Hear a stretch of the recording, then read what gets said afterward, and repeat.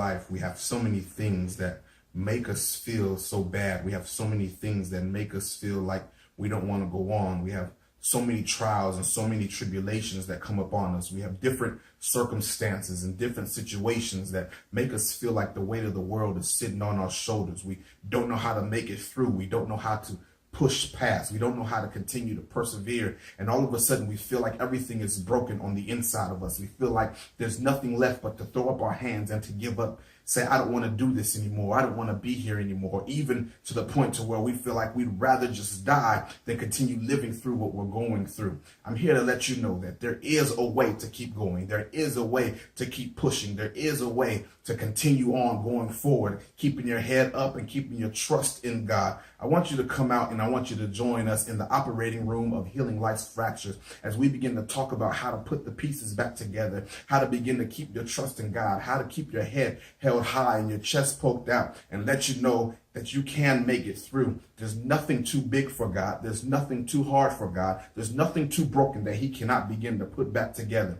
Come join us as we begin to push through and help you to your new beginning.